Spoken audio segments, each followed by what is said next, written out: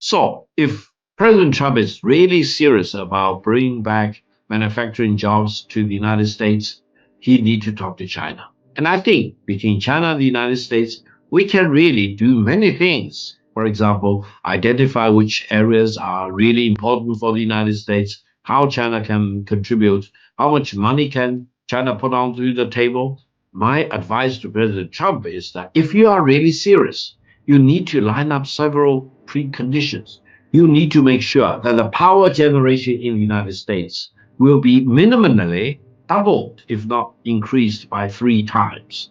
You need to make sure that the American container ports will be very, very efficient. Let's talk to President Trump as to what exactly is his real strategic goals.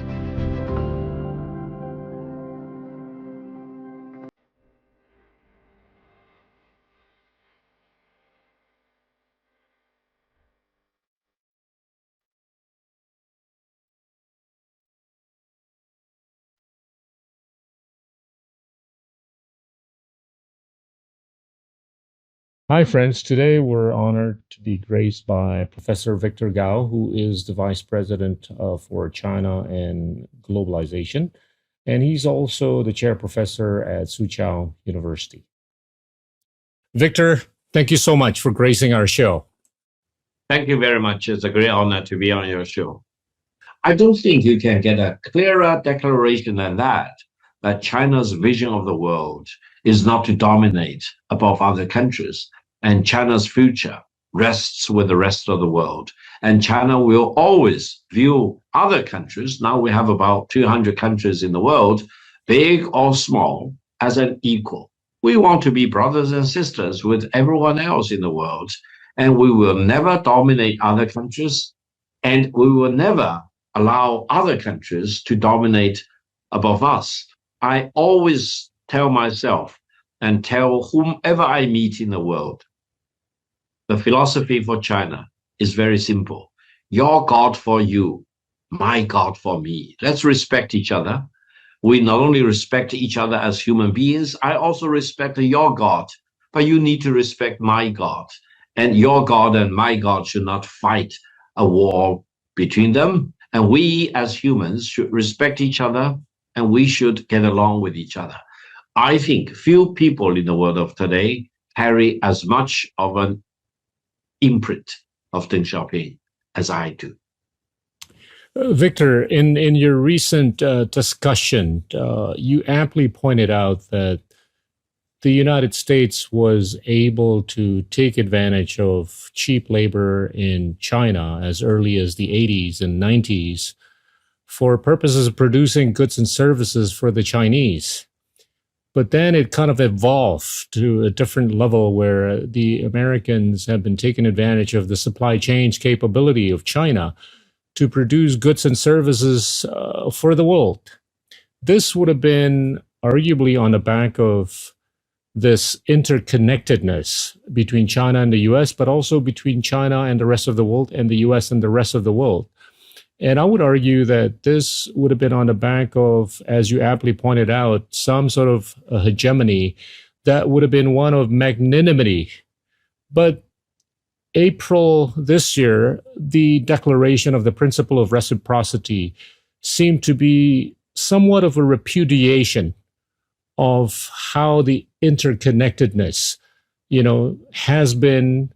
And I'm just curious what your views are with respect to China's view on the future in the context of this interconnectedness or the international world order. Well, several things I deem as very important. One is that countries, big or small, should respect each other and deal with each other as an equal. No one should really believe or indulge in the fantasy that I can dominate above you. I can hold a gun at your head and demand your surrender, for example. Call me uncle or call me grandpa.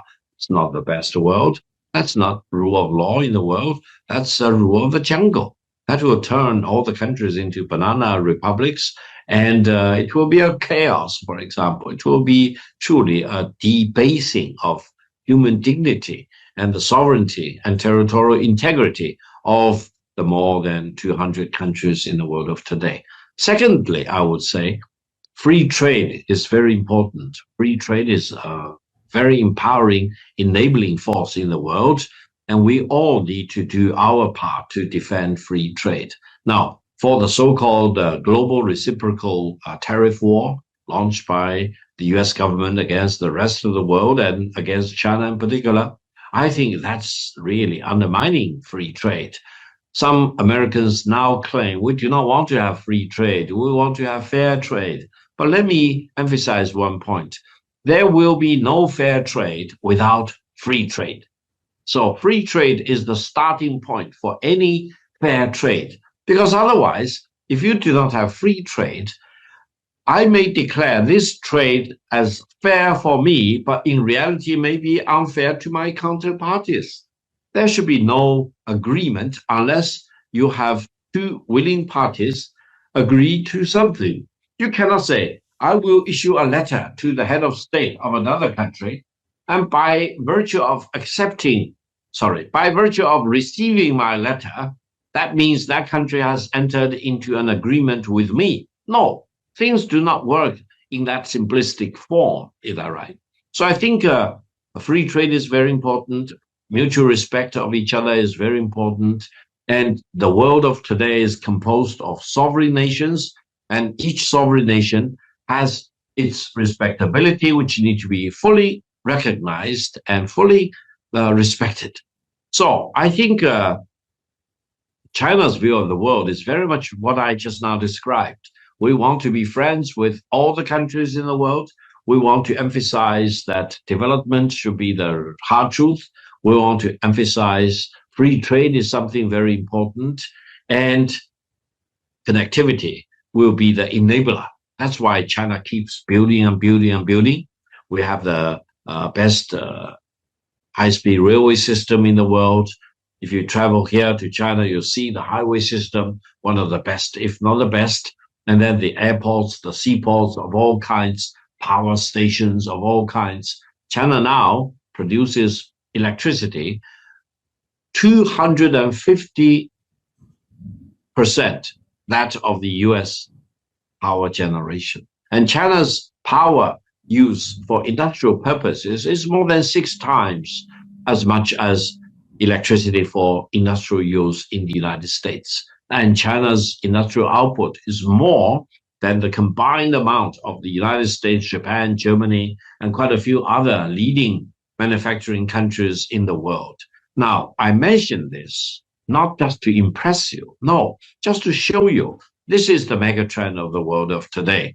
And China has achieved this not by firing any single shot at any country in the world, not by colonizing any country, for example, not by engaging in slavery or exploitation, power politics, geopolitical rivalry against each country, for example. No, by simply following the principle of free trade, by working very hard in a very disciplined way, making sure that the world we are living in is a world based on peace and stability and co-development. And I think that will be a better world for mankind as a whole. And we want to make sure that no country should really dominate against other countries, and no country should be allowed to throw a wedge into free trade. And free trade is something that all of us, mankind as a whole, should defend. The imposition of tariff is something that's going to have to be shouldered by the American consumers.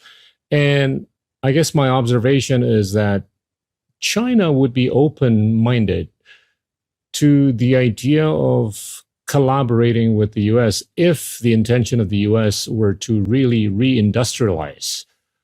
Now, to the extent that they are open to inviting you to collaborate and cooperate for purposes of reindustrialization in the US, why do you think the US is not asking China to help them in reindustrializing?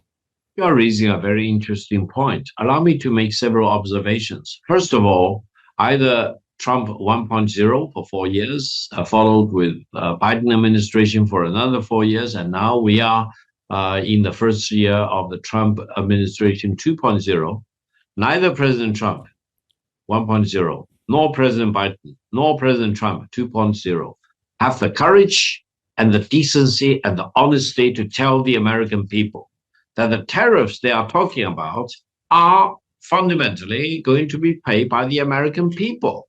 Well, China will not pay the tariffs charged by the United States. Japan does not want to pay. EU does not want to pay. Countries like Malaysia, Indonesia, they are not going to pay these tariffs. The tariffs eventually will be paid by the American people. Eventually, the tariffs are an additional tax against the American people. Now, then you will ask why the presidents of the United States do not tell the American people the truth. They probably have some other ulterior motives. They want to use tariff as a weapon, and they want to mislead the American people saying, oh, we will be richer, we will have enough income so that the American people will eventually not need to pay the income tax. Things do not work like that. Economics does not follow that kind of distorted logic. So I think America need to, first of all, figure out what exactly is all this fuss about the tariff war, other than disrupting international trade as we understand that. Now, President Trump also says that his real purpose is to reindustrialize the United States, to bring the manufacturing jobs back to the United States. I want to tell President Trump in a very straightforward sense that if you are really interested in bringing back manufacturing jobs to the United States, talk to China. China is the most successful country ever since 1978 in achieving rapid rate of industrialization. And by today, China is the most important industrialized country in the world. And China can produce everything recognized by the United Nations system, more than 200 different items, for example. And China is the largest producer.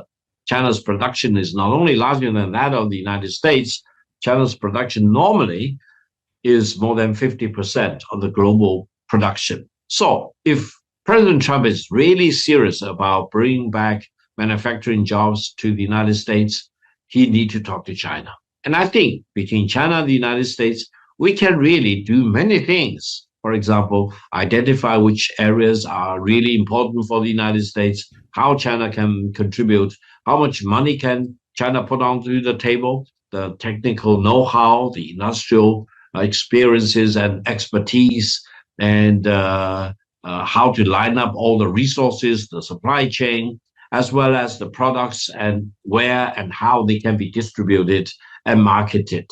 So in Chinese, we have a saying, don't ask for direction to a person who is blind. So President Trump needs to talk to China, who is not blind in terms of industrialization, about how to achieve a real sensed industrialization and manufacturing in the United States. But I'm afraid President Trump is not really serious about remanufacturing in the United States, because my advice to President Trump is that if you are really serious, you need to line up several preconditions. You need to make sure that the power generation in the United States will be minimally doubled, if not increased by 3 times. You need to make sure that the American container ports will be very, very efficient. Now, you know about the Shanghai port in Lima, about 100 kilometers away from Lima to the north. That Shanghai port, worked upon by China and Peru, is the most sophisticated and most advanced port in the totality of North America, Central America, and South America, because it's highly automated, and no container port anywhere on the east coast of the United States or the west coast of the United States can match against the efficiency and the productivity of the Shanghai port in Lima. Now, I use this example to show that to really achieve reindustrialization and bring back manufacturing jobs to the United States, you need to increase power generation, you need to improve connectivity of all kinds, highways, high-speed railways, airports, and seaports of all kinds, for example. You really need to make sure that the American people are willing to work as workers in a factory. I think the American people sometimes no longer have that discipline or training or professional know-how to want to make themselves available as workers in factories, for example. And how can you convince the American people to do so? How can you provide a vocational training for them to catch up with the technical know-how and the skill basis, for example? That's a key, because otherwise you're talking about a castle in a kind of a digital way, in a virtual way, without any real touch of the sense of the word. Now, China will always do a lot of homework whenever they think about building a factory, adding, for example, production capabilities, for example. It's a very detailed work, and you need to really tap into all resources, do all your homework before you really want to put any blueprint onto the ground to be executed. I think this is where the United States is lacking. You need to do a very solid homework and talk to countries like China to really bring meaningful jobs back to the United States. So let's talk to President Trump as to what exactly is his real strategic goals. To the extent that we're likely to see a continuation of this decoupling, call it bifurcation, economically between the U.S. and China, technologically between the U.S. and China, it's only going to add on more cost to both sides, and particularly to the global South. Keep in mind that the global South is representing about 84% of the planet. Those are countries that earn less than $13,000 per capita per year. How do you see this evolving going forward at the rate that things just seem to continue bifurcating economically, geopolitically, and technologically? First of all, I always believe that decoupling is a misnomer. It's kind of like talking about decoupling the Earth from the moon. First of all, you should never talk about it. Secondly, you should never try that. And thirdly, if you try that, you are doomed to failure. And if you suppose you are lucky and you are succeeding in decoupling the Earth from the moon, then you will be hit with a greater disaster. So don't move in that direction. It's the same thing about decoupling China from the United States. Don't even think about it. Use common sense. Don't try that, because you will not succeed. And if you succeed in decoupling China from the United States, do you really know what will happen? Mankind will be hit with a greater disaster, and peace may disappear, and war may be initiated. I always talk about the inevitability of peace between China and the United States. Both China and the United States respect each other, deal with each other as equals, and we can always do whatever we can to make sure that China or the United States are not losers, but both of us are winners. Now, if China and the United States are decoupled, or bifurcation is really achieved, then mankind will be plunged into a crisis, because they will find themselves in opposing blocks meant for war rather than peace. Is that right?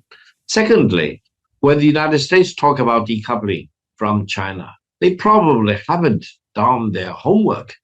Can the United States really continue with its national defense strategy if they decouple from the rare earth, especially the refined industrial level rare earth that China is providing?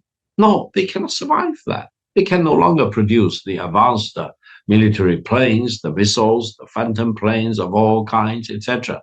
They will really decimate their defense industry. So, have they really thought about what they are talking about? Are they really prepared to do what they really want to achieve? If they decouple from China, where can they get the rare earth? How can they make the sophisticated weapons, for example?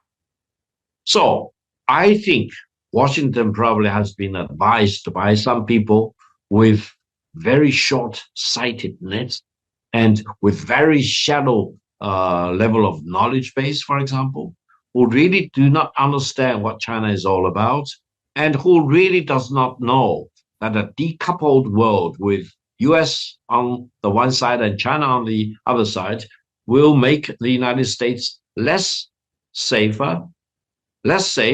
and more vulnerable. And that will be the crisis for mankind as a whole. Now, you mentioned about all the other countries, the global south, etc. I hope they will not be forced to make that choice between US versus China.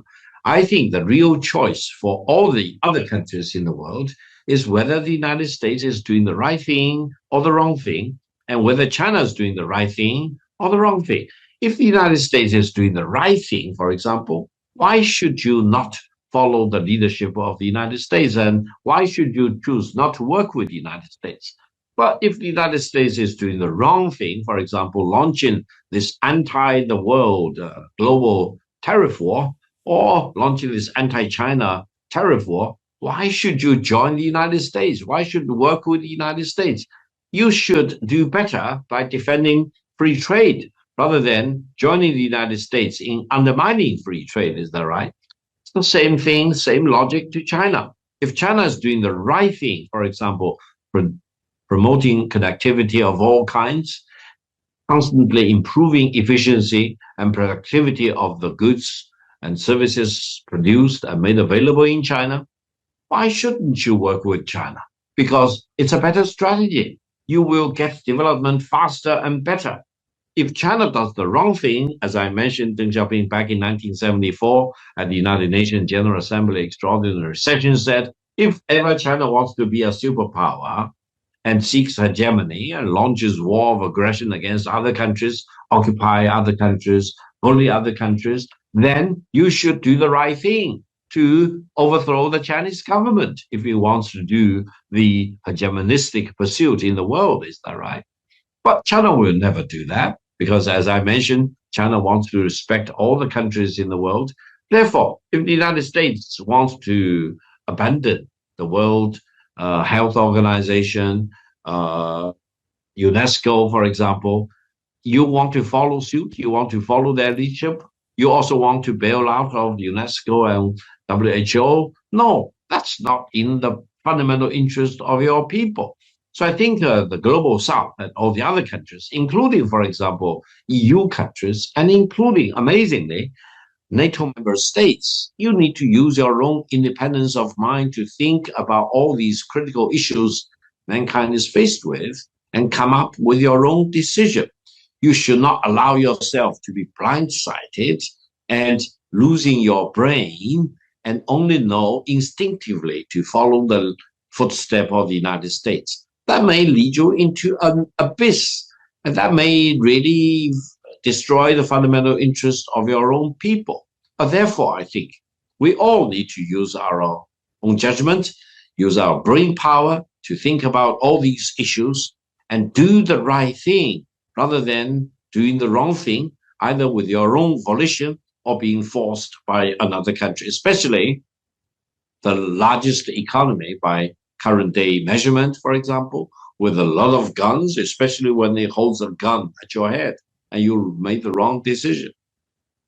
The lack of or seeming lack of understanding of China and the Chinese by the Americans from a policymaking standpoint, or call it misunderstanding of China and the Chinese by the Americans, could that be correlated with the fact that, if you take a look at the number of Chinese students studying all across the universities in the US and the West, it's staggering. There's more than 300,000 Chinese students studying all across campuses in the US, whereas the American students studying in China, they don't number more than 700.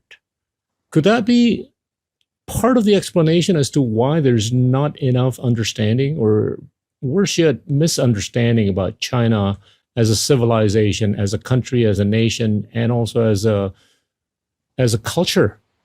Well, ever since China's opening to the outside world and economic and political reform launched back in 1978, I think the latest data shows there are more than 2 million Chinese students studying in the United States at different historical times for different degrees and academic programs, including me. I spent 4 years at Yale. I got a master's degree in political science from the Yale Graduate School, and I got a JD degree from Yale Law School.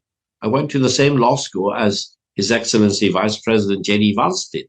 I was class of 1993. He was class of 2013, is that right? So I'm one of the examples to show that how the Chinese, including people like me, really treasure the educational opportunities in the United States. And after finishing our education in the United States, I think in my case, I've become such a strong advocate of friendship and goodwill and cooperation between the Chinese people and the American people. I'm always appalled by anyone talking about war between China and the United States. And I'm always excited about peace and cooperation and good, friendly relations between China and the United States. So I hope the United States will continue to keep its door widely open to the Chinese students. In a sense, the United States gains all the benefit by all these Chinese students studying in the United States. I think, according to one statistical analysis, up to more than 85% of all the Chinese students studying in the United States eventually decide to stay behind in the United States. Only about 10 or 15% of the people like me voluntarily chose to come back to work in China. Now, I respect both those who decided to stay behind in the United States. That's their personal and family decisions to make. And I hope you will also respect people like me who chose to come back to China to contribute to China's modernization, etc. So I think we want to make sure that more and more Chinese people can continue to study in the United States, and not only in the United States. I think China is the largest source of students, international students studying, for example, in Britain, in Canada, in Australia, in New Zealand, in Germany, in Netherlands, you name it. There are Chinese students everywhere in the world. In a sense, they demonstrate this high level of curiosity, this high level of determination that knowledge is the savior and knowledge is the enabling force, for example. And sometimes, and on many occasions, the Chinese families saved and saved and saved and paid for the education of their kids, traveling to different corners of the world. And I think eventually China benefited, of course, but countries like the United States and many other countries also benefited because you didn't pay for these people's childbearing costs. You didn't pay for their kindergarten education. You didn't pay for their primary and secondary school education. In many cases, you didn't pay for their college education.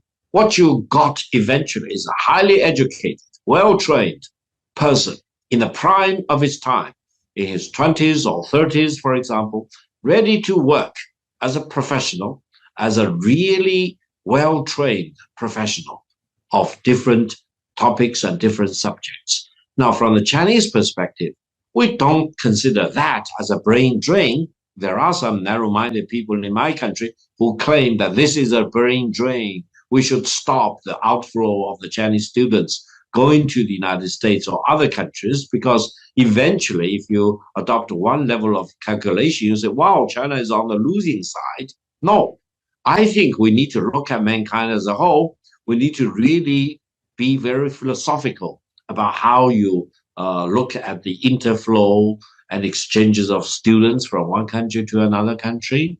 And I believe between China and the United States, both China and the United States benefit. And if you use this narrowly defined calculus to view which country wins more or loses more, I would say the United States definitely gained more because you really got the best of the brains in China, well-trained in China as well as in the United States, ready to work in different positions and ready to contribute to peace and stability and prosperity in the United States. So I hope on this point, I will never hear screams in Washington again to stop Chinese students going to the United States. They don't know what they are talking about.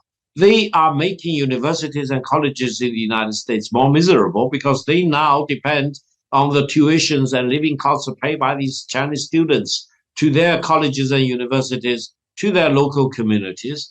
And they don't know that these people really contribute in a great way to the development and scientific and technological breakthroughs of the United States. But we have very balanced view. We also believe China is benefiting because eventually people like me, Victor Gao, can move to the United States, move back to China very freely, and eventually it is our personal decision as to where we want to work, where we want to grow our families.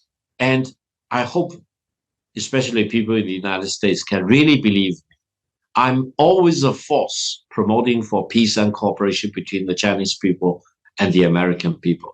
In that sense, both countries wins, both countries benefit from such people-to-people exchanges between our two great nations.